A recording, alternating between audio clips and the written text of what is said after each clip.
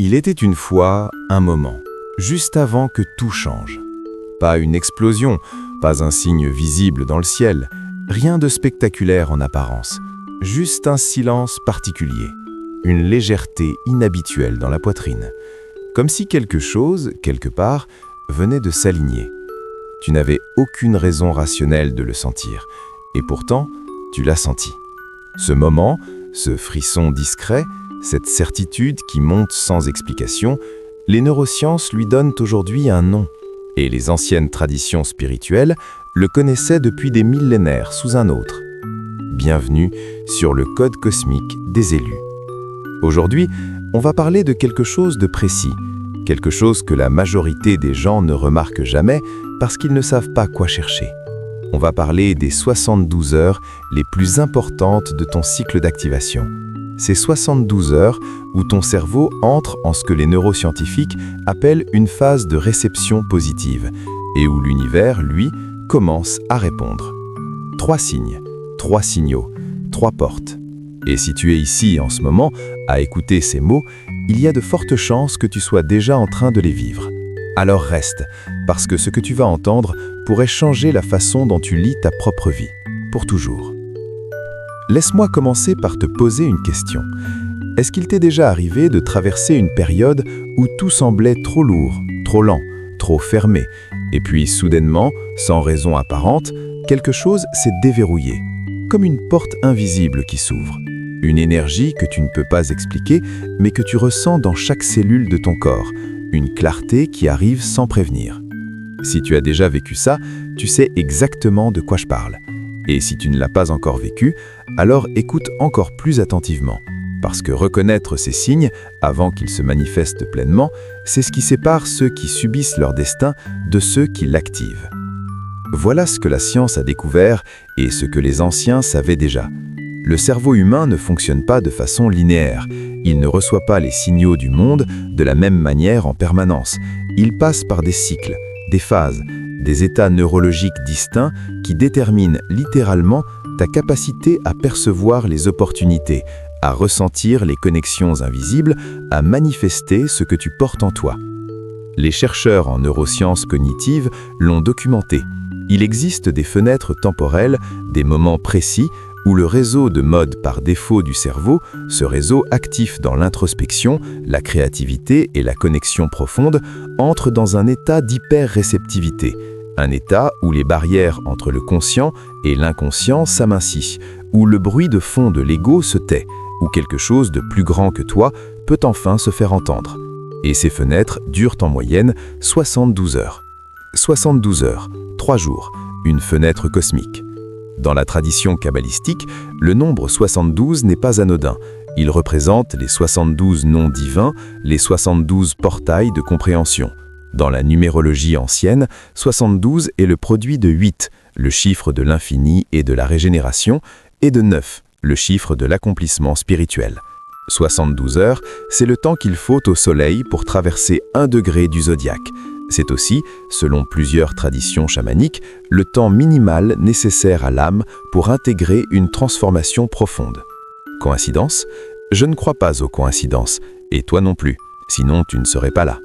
Maintenant, voici ce qui est crucial.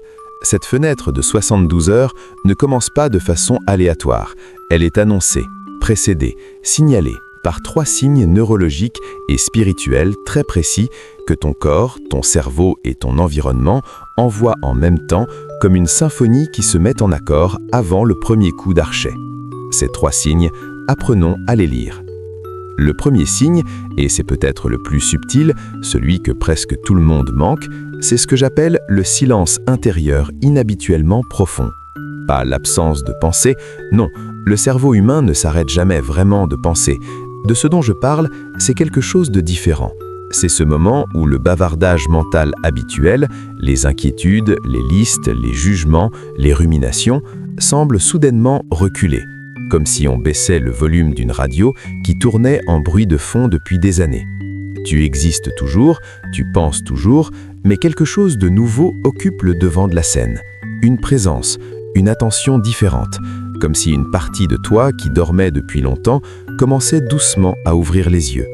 Les neuroscientifiques de l'université de Yale l'ont étudié dans le cadre de recherches sur la conscience et la méditation profonde. Ils ont observé que dans les heures précédant ce que les neuroscientifiques appellent une activation insight, une percée cognitive et émotionnelle majeure, l'activité dans le cortex préfrontal dorsolatéral, la zone du jugement rationnel et du contrôle, diminue significativement. Pendant ce temps, l'insula, la zone de l'intuition viscérale et de la conscience corporelle, augmente de façon spectaculaire. En termes simples, ton cerveau logique se tait et ton cerveau profond, celui qui est branché sur quelque chose de beaucoup plus vaste, prend le relais. Dans les traditions spirituelles, cet état porte le nom de voile mince. Les soufis l'appellent la station de Fana, l'annihilation de lois superficielles. Les bouddhistes zen parlent de Shoshin, l'esprit du débitant. Les mystiques chrétiens évoquent le silence divin qui précède la révélation. Et dans le langage astrologique, on observe souvent ce phénomène lors des transits de Neptune ou d'Uranus en aspect avec les luminaires personnels, le Soleil et la Lune. Neptune dissout les brontières du moi, Uranus fracasse les structures rigides. Ensemble ou séparément, ils créent dans la psyché humaine exactement cette condition, un espace vide, silencieux, réceptif, un écran blanc sur lequel l'univers peut enfin se faire entendre. Est-ce que tu as récemment traversé des journées où tu te sentais étrangement calme, sans vraiment savoir pourquoi, où les choses qui t'agitaient habituellement semblaient moins urgentes, moins réelles, où une sorte de sérénité inexplicable s'est posée sur toi comme une lumière douce? Si oui, note la date dans ta mémoire, parce que tu étais peut-être dans les premières heures de ta fenêtre d'activation. Mais ce silence intérieur ne vient jamais seul, il est presque toujours accompagné du deuxième signe, et celui-là, il est beaucoup plus visible, presque gênant parfois, parce qu'il touche au monde extérieur d'une façon qui défie la logique ordinaire. Le deuxième signe, c'est la multiplication des synchronicités, mais pas n'importe quelle synchronicité, des synchronicités à haute charge émotionnelle. Voilà ce que je veux dire. Tout le monde connaît les coïncidences. Tu penses à quelqu'un et il t'appelle. Tu vois un chiffre plusieurs fois dans la journée. Tu entends une chanson qui correspond exactement à ce que tu ressens. Ces expériences sont fréquentes. La plupart des gens les remarquent, sourient et passent à autre chose. Mais ce dont je parle ici, c'est différent.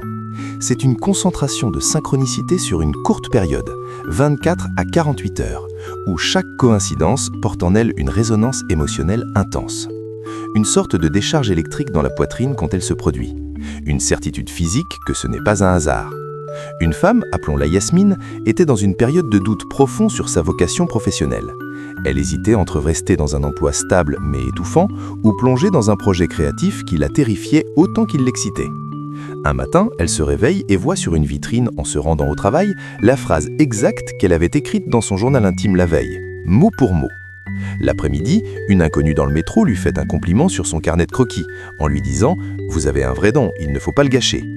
Le soir, elle ouvre un livre au hasard sur une page qui parle de courage créatif. 3 synchronicités en une journée, chacune chargée d'une émotion presque insupportable, chacune répétant le même message. 72 heures après, Yasmine avait remis sa démission. Est-ce que le cosmos lui parlait? Est-ce que son cerveau sélectionnait des informations cohérentes avec une décision déjà prise inconsciemment? Probablement les deux à la fois, et c'est précisément là où neurosciences et spiritualité se rejoignent de façon magnifique. Le psychologue Carl Jung, qui a forgé le concept de synchronicité, la définissait comme une coïncidence acausale chargée de sens.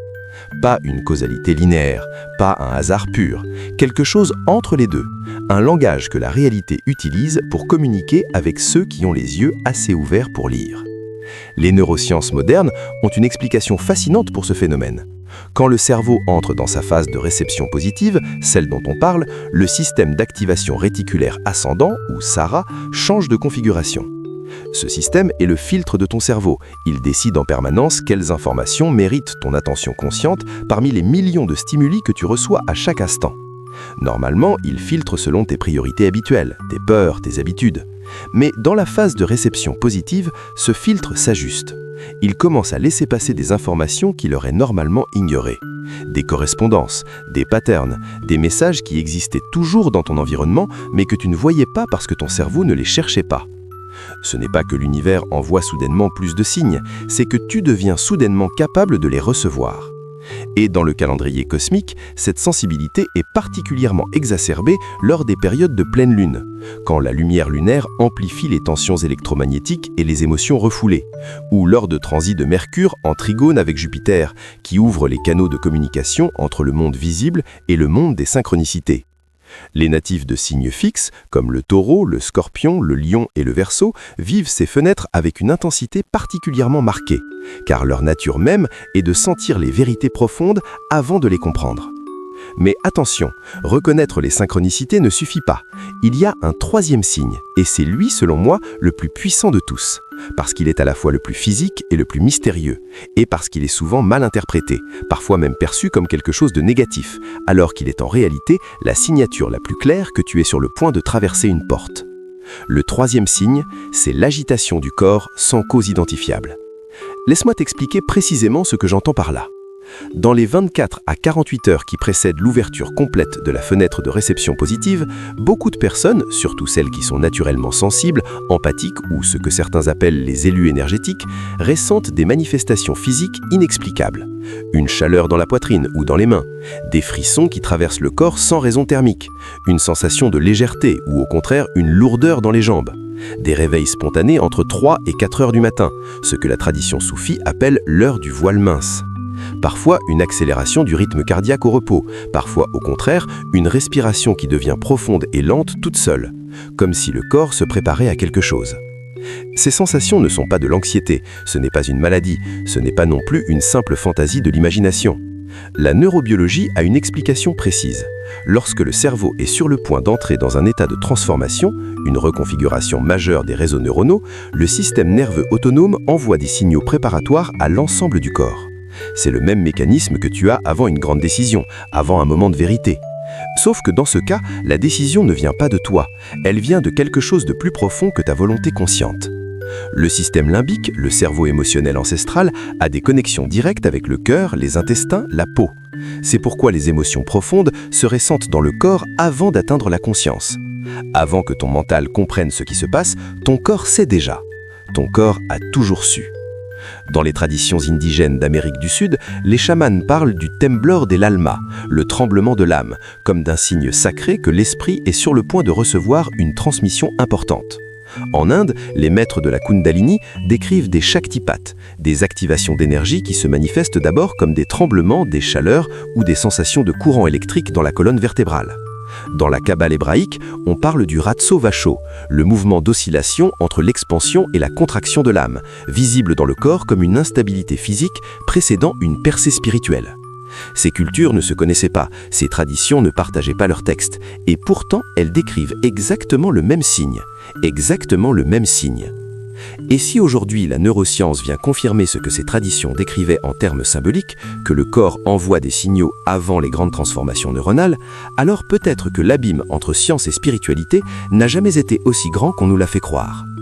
Maintenant, je veux qu'on s'arrête un moment, parce qu'il y a quelque chose d'important que je dois te dire, quelque chose que beaucoup de contenus sur ces sujets omettent et que je ne veux pas omettre. Ces trois signes, le silence intérieur, les synchronicités à haute charge émotionnelle et l'agitation corporelle sans cause identifiable, ne sont pas des garanties automatiques. Ils sont des invitations, des portes qui s'ouvrent. Mais une porte ouverte n'a de sens que si tu fais le choix de la franchir. L'univers ne force personne, l'éveil ne s'impose pas. La fenêtre de 72 heures est une grâce, pas une obligation.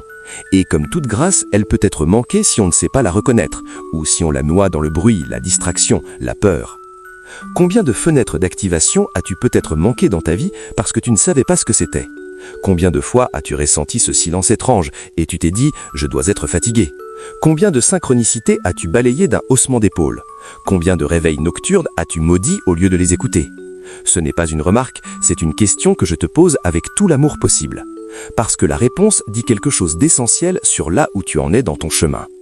Les anciens Égyptiens avaient un concept pour désigner les personnes capables de lire ces signes, des Shemsu, les suiveurs de la lumière, ceux qui pouvaient percevoir la direction dans laquelle la réalité se courbait avant que la courbure devienne visible à l'œil ordinaire. Ce n'était pas une élite fermée, c'était une capacité cultivée, affinée, transmise. Et toi, à ton tour, tu peux la cultiver. Voici comment, et c'est la partie que je veux que tu emmènes avec toi aujourd'hui, quand tu commences à percevoir l'un de ces trois signes, le silence, les synchronicités ou l'agitation du corps, ton seul travail est d'abord de te taire intérieurement. Pas de méditer pendant des heures, pas de chercher des réponses sur Internet, juste t'arrêter, respirer et écouter. Dans la tradition bouddhiste zen, il y a cette image magnifique. L'eau agitée ne peut pas refléter le ciel avec clarté, mais l'eau immobile devient un miroir parfait. Ton esprit, dans ces 72 heures, a besoin de cette immobilité. Non pas pour que rien ne se passe, mais pour que ce qui doit se passer puisse se voir clairement. Ensuite, note. Pas forcément dans un journal élaboré, un simple mémo sur ton téléphone suffit. Qu'as-tu ressenti? Quelle synchronicité s'est produite? À quelle heure? En relation avec quelle question de ta vie? Parce que ces 72 heures ont un contenu, un message spécifique pour toi. Ce message n'est pas universel, il est personnalisé par le cosmos à ta situation, à ton transit natal, à ta position dans ton cycle de vie. Et pour le décoder, il faut des données. Il faut avoir noté ce qui s'est passé, même en fragments épars.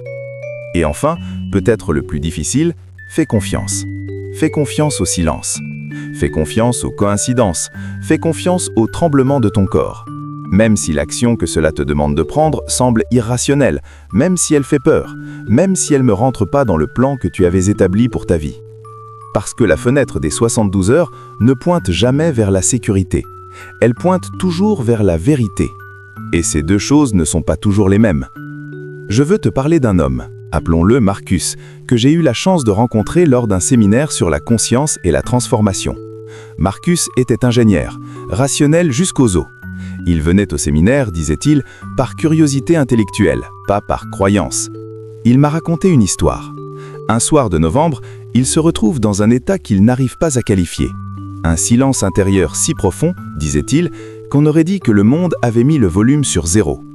Le lendemain, 3 coïncidences frappantes en une seule journée, toutes liées à un projet qu'il avait abandonné 10 ans plus tôt, une start-up dans le domaine de l'éducation alternative. Puis le 3e soir, il se réveille à 3h47 du matin, le cœur battant fort, avec une certitude absolue dans la poitrine, sans savoir de quoi. Marcus, en ingénieur, a fait ce que les ingénieurs font. Il a ignoré les signes et attendu des preuves concrètes. 72 heures après, la fenêtre s'était refermée. La clarté avait disparu, le silence intérieur était redevenu bruit. Et Marcus était retourné à sa vie ordinaire avec un vague sentiment de quelque chose de manqué qu'il ne saurait jamais nommer précisément. 2 ans plus tard, il me disait encore que cette semaine de novembre restait la plus inexplicable de sa vie et qu'il avait souvent l'impression d'avoir laissé passer quelque chose d'essentiel. Je ne te raconte pas cette histoire pour te faire peur, je te la raconte parce qu'elle est honnête, parce que la plupart d'entre nous, à un moment ou un autre, ont été Marcus. On choisit la logique sur l'intuition, on laissait la peur décider à la place du cœur. Et parce qu'il n'est jamais trop tard, les fenêtres se rouvrent, les cycles reviennent. L'univers est patient d'une façon qui dépasse l'entendement humain. Mais chaque fenêtre manquée laisse une trace, un fragment de toi qui n'a pas pu s'exprimer, une version de ta vie qui n'a pas pu naître. Et à force, ces fragments accumulés créent ce que certains terre-à-tête appellent la douleur existentielle du potentiel non vécu. Ce sentiment diffus et persistant que tu pourrais être plus, faire plus, vivre plus, sans savoir précisément ce qui manque. Ce qui manque souvent, c'est simplement d'avoir su reconnaître et traverser ces 72 heures. Maintenant, je veux élargir encore un peu la perspective, parce qu'on ne peut pas parler de ces fenêtres d'activation sans parler de ce qui les déclenche. Qu'est-ce qui fait qu'une fenêtre de 72 heures s'ouvre pour toi, maintenant, à ce moment de ta vie? La réponse courte est « tout à la fois ». Les cycles planétaires jouent un rôle incontestable. Les astrologues expérimentés le savent depuis des siècles. Les transits majeurs, Jupiter traversant ta maison de l'identité, Saturne touchant ton midheaven, une éclipse activant tes nœuds lunaires, créent des pressions dans la psyché qui finissent par provoquer exactement ces états de réceptivité. Pas parce que les planètes font quelque chose à toi directement, mais parce que tu es, comme tout être vivant, en résonance avec les rythmes du cosmos dont tu fais partie. Les cycles internes jouent également un rôle crucial. Chaque être humain traverse des cycles d'environ 7 ans, documentés par la psychologie jungienne, mais aussi par l'astrologie avec le retour de Saturne, durant lesquels une phase de vie se clôture et une autre s'ouvre. Ces transitions de cycle sont presque toujours accompagnées d'une ou plusieurs fenêtres d'activation intenses, comme si l'âme cherchait à attirer l'attention sur le changement qui arrive. Et puis, il y a les triggers émotionnels, Les événements de vie qui fracturent suffisamment la réalité ordinaire pour permettre à quelque chose de nouveau de s'infiltrer. Une perte, une rencontre, un échec, une révélation. Ces fractures ne sont pas des catastrophes, elles sont des invitations, des outils de la transformation que tu n'aurais jamais choisi toi-même, mais que quelque chose de plus grand que toi a placé sur ta route. Dans la tradition du chamanisme sibérien, il existe un concept que j'ai toujours trouvé profondément juste. La maladie du chaman. Avant de devenir guérisseur, le chaman traverse une crise physique, émotionnelle, existentielle, qui le brise suffisamment pour qu'il puisse voir au-delà des voiles ordinaires. La fracture est la porte, la blessure est le passage. Et toi, quelle fracture récente t'a peut-être ouverte à une perception différente? Quel événement t'a rendu suffisamment vulnérable pour que tu sois ici maintenant à écouter ces mots? Parce que je te garantis une chose, ce n'est pas le hasard qui t'a amené là. Alors, voilà où nous en sommes. 3 signes. Le silence intérieur inhabituellement profond, la multiplication des synchronicités à haute charge émotionnelle, l'agitation du corps sans cause identifiable. 3 signaux que ton cerveau, ton âme et l'univers envoient en même temps pour t'annoncer que tu es entré dans une fenêtre de 72 heures. Une fenêtre où la réalité est plus malléable, la réception plus ouverte, la transformation plus accessible. Ces 72 heures ne sont pas magiques dans le sens où tout arrivera automatiquement. Elles sont magiques dans le sens où la porte est ouverte et que ce que tu feras dans cet espace de temps a une portée, une densité, une résonance qui dépasse largement le reste de tes journées ordinaires. Ce que tu décides dans cette fenêtre, même inconsciemment, même par inaction, envoie un signal de retour à l'univers. Comme un écho qui revient amplifié, comme une graine plantée dans un sol qui, pour quelques heures, est particulièrement fertile. Alors je te laisse avec ceci. La prochaine fois que tu ressentiras ce silence étrange, que les coïncidences s'accumuleront de façon troublante, que ton corps frissonnera sans raison ou te réveillera à une heure que tu ne peux pas expliquer, ne détourne pas les yeux. Reste, écoute, note, agis. Pas depuis la peur, pas depuis la logique seule, depuis cette part de toi qui a toujours su que, même quand ton mental essayait de la faire taire, tu n'es pas ici par accident. Que ta vie a un sens que tu n'as peut-être pas encore totalement déchiffré, mais qui se révèle fragment par fragment dans exactement ces moments.